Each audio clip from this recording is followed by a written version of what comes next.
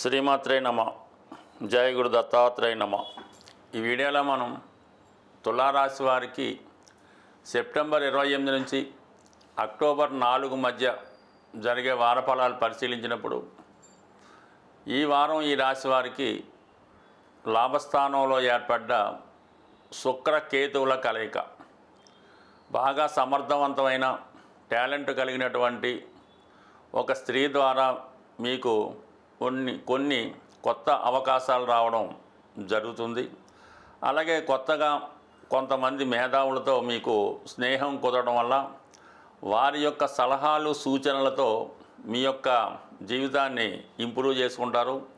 మీలో ఉన్నటువంటి టాలెంట్ను కూడా ఇంప్రూవ్ చేసుకోవడం జరుగుతూ ఉంటుంది. అలాగే రాశి యందు ఉన్నటువంటి కుజుడు కొన్ని నిర్ణయాలు చాలా తొందరగా వేగంగా తీసుకొని దాన్ని అమలు చేయడం జరుగుతూ ఉంటుంది. ముఖ్యంగా ఏదైనా ఒక స్థిరాస్తి కొనే విషయంలో ఒక ముఖ్యమైన నిర్ణయం తీసుకుంటారు. కొంతమంది భాగస్థులతో కలిసి ఒక పెద్ద స్థిరాస్తి లేదంటే ఒక గృహాన్ని లేదంటే ఏదైనా ఒక పెద్ద సంస్థలో ఎంటర్ అవ్వడం కానీ జరిగే అవకాశం చాలా ఎక్కువగా ఉంటుంది.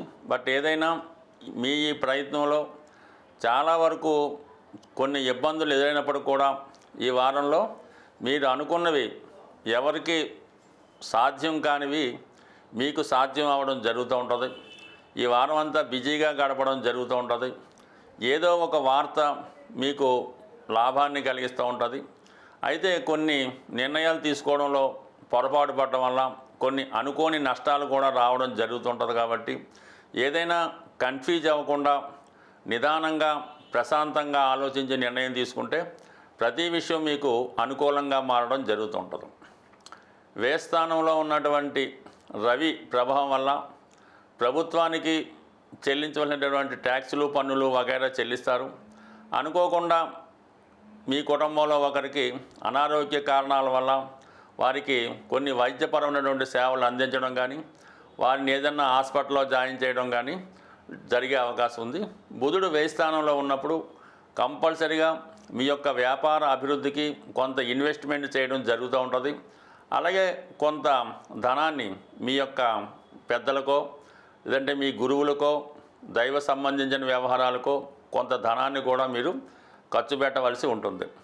బట్ ఏదైనప్పటికీ కూడా 6వ స్థానంలో ఉన్నటువంటి శని భగవానుడు ప్రతి విషయాన్ని కూడా మీకు ముందు కొన్ని ఇబ్బందులు ఎదురైనప్పుడు కూడా ప్రతి అవకాశాన్ని మీరు మీకు అనుకూలంగా మార్చుకొని దాన్ని సక్సెస్ఫుల్గా మార్చుకుంటారు. అలాగే కొన్ని విషయాల్లో మీరు తీసుకున్నటువంటి నిర్ణయాలు కొంత వివాదాస్పదంగా మారినప్పుడు కూడా చివరికి అవి కూడా మీకు లాభం కలిగే అవకాశాలు ఎక్కువగా ఉంటాయి. అంటే ఈ సమయంలో మీరు ఏదైనా పుణ్యక్షేత్రాన్ని దర్శిద్దామనే మీ ఆలోచన చాలా వరకు నెరవేరుతుంది. అలాగే ఏదైనా ఒక పుణ్య కార్యక్రమాన్ని చేపట్టడానికి కూడా చాలా సమయాన్ని కాలాన్ని వెచ్చించడం జరుగుతూ ఉంటుంది. ఇది ఎక్కువగా అటు సినిమా రంగం రాజకీయ రంగంలో ఉన్న వాళ్ళకి చాలా వరకు అనుకూలించే అవకాశం ఉన్నది. అలాగే మీరు ఏదైనా ఒక ప్రభుత్వ పదవి రావాల్సి ఉంటే ఈ సమయంలో అది రావడం జరుగుతుంది. అలాగే గతంలో పోగొట్టుకున్నటువంటి ఒక ఉద్యోగం కానీ ఒక పదవి కానీ ఒక స్నేహాన్ని కానీ తిరిగి మీరు పొందడం జరుగుతూ ఉంటుంది. సో ఏదేమైనా ఈ వారం అంతా కూడా మీకు చాలా ఉత్సాహకరంగా ఉంటుంది. స్త్రీల ద్వారా కొన్ని శుభవార్తలు మీరు ఈ వారంలో వినే అవకాశం ఉంటుంది. మనకి ఈ గ్రహాలు ఇచ్చే ఫలితాలు అనుకూలంగా మార్చాలి అనుకున్నప్పుడు ప్రతి గ్రహానికి కూడా ఒక దైవం అధిదేవతగా ఉండడం జరుగుతూ ఉంటుంది. అందువల్ల మనం ఆ గ్రహాలు ఇచ్చే సమస్యల నుంచి బయటపడాలంటే ఆ గ్రహానికి సంబంధించినటువంటి అధిదేవతని పూజ చేసుకోవడం వల్ల కానీ స్తోత్రం చేయడం వల్ల కానీ దానాల వల్ల కానీ మన సమస్యని మనం పరిష్కరించుకోవచ్చు.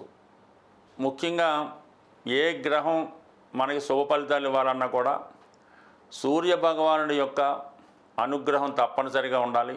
అందుకనే ప్రతిరోజు సూర్య నమస్కారం చేసుకోవడం వల్ల సూర్య భగవానుడికి ఇష్టమైనటువంటి గోధుమలు గోవుకి పెట్టడం వల్ల సూర్య భగవానుడు అనుగ్రహం రావడం జరుగుతూ ఉంటుంది.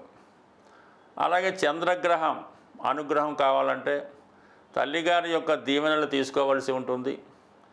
ఏదైనా ఒక ఆలయంలో శుభ్రమైనటువంటి బియ్యాన్ని ఆ గుడిలో డొనేట్ చేయడం వల్ల, అంటే 1 కేజీ 2 కేజీలు కాకుండా సుమారు ఒక 20 కేజీలు ఎవరికన్నా ఇవ్వడం వల్ల చంద్రగ్రహం అనుగ్రహం కలుగుతుంది. చంద్రుడు అధిదేవత అయినటువంటి పార్వతీ అమ్మవారిని ఆరాధించడం వల్ల, గౌరీదేవిని పూజించుకోవడం వల్ల చంద్రగ్రహ అనుగ్రహంతో తొందరగా వివాహం జరిగే అవకాశం ఉంటుంది. ఇక కుజగ్రహ అనుగ్రహం కావాలంటే సుబ్రహ్మణ్య స్వామిని పూజించవలసి ఉంటుంది, కందులు దానం చేయవలసి ఉంటుంది. ప్రతి మంగళవారం సుబ్రహ్మణ్య స్వామిని పూజించి ఆరాధించడం వల్ల వివాహంలో ఉన్నటువంటి సమస్యలు, ఆర్థికపరమైన సమస్యలు తొలగే అవకాశం ఉంటుంది. ఇక విద్యా సంబంధించిన విషయాల్లో, వ్యాపార సంబంధించిన విషయాల్లో బుధగ్రహ అనుగ్రహం కోసం విష్ణుమూర్తిని పూజించవలసి ఉంటుంది. విష్ణు సహస్రనామ పారాయణ వల్ల, విఘ్నేశ్వరుని గరికతో అర్చన చేయడం వల్ల కంప్లీట్గా బుధగ్రహ అనుగ్రహంతో విద్యార్థులు ఉన్నత స్థాయి ర్యాంకు సాధించవచ్చు.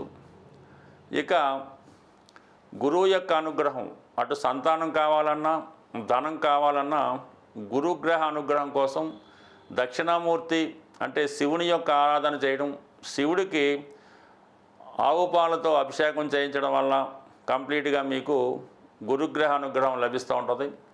ఇక శుక్రగ్రహ అనుగ్రహం కావాలంటే లక్ష్మీ అమ్మవారిని పూజించడం, కనకదార స్తోత్రాన్ని పారాయణ చేయడం, భార్యని తగు విధంగా గౌరవిస్తూ ఆవిడికి గౌరవప్రదంగా చూసుకోవడం వల్ల, అలాగే మీ యొక్క ఆడపడుచులు కానీ తల్లిగా అంటే ముఖ్యంగా స్త్రీలను గౌరవించడం వల్ల శుక్రగ్రహ అనుగ్రహం సంపూర్ణంగా లభిస్తుంది.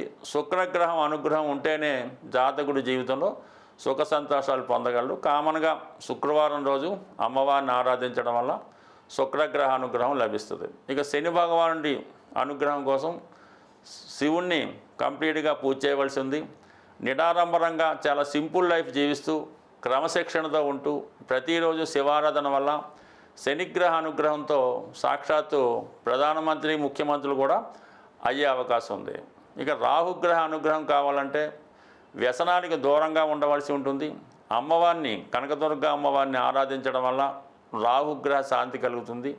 ఇక కేతుగ్రహ అనుగ్రహం కోసం విఘ్నేశ్వరుడు పూజా విధానం ద్వారా చాలా ధార్మికమైనటువంటి ఆధ్యాత్మిక జీవితం గడపడం వల్ల కేతుగ్రహ అనుగ్రహం లభిస్తుంది. ఏదైనా గ్రహాన్ని సింపుల్గా మనమే నమ్మకంతో పూజించుకోవడం వల్ల జాతకంలో ఉన్నటువంటి దోషాలు తొలగి జాతకుడికి సర్వసౌఖ్యాలు కలిగే అవకాశం ఉంది. స్వస్తి.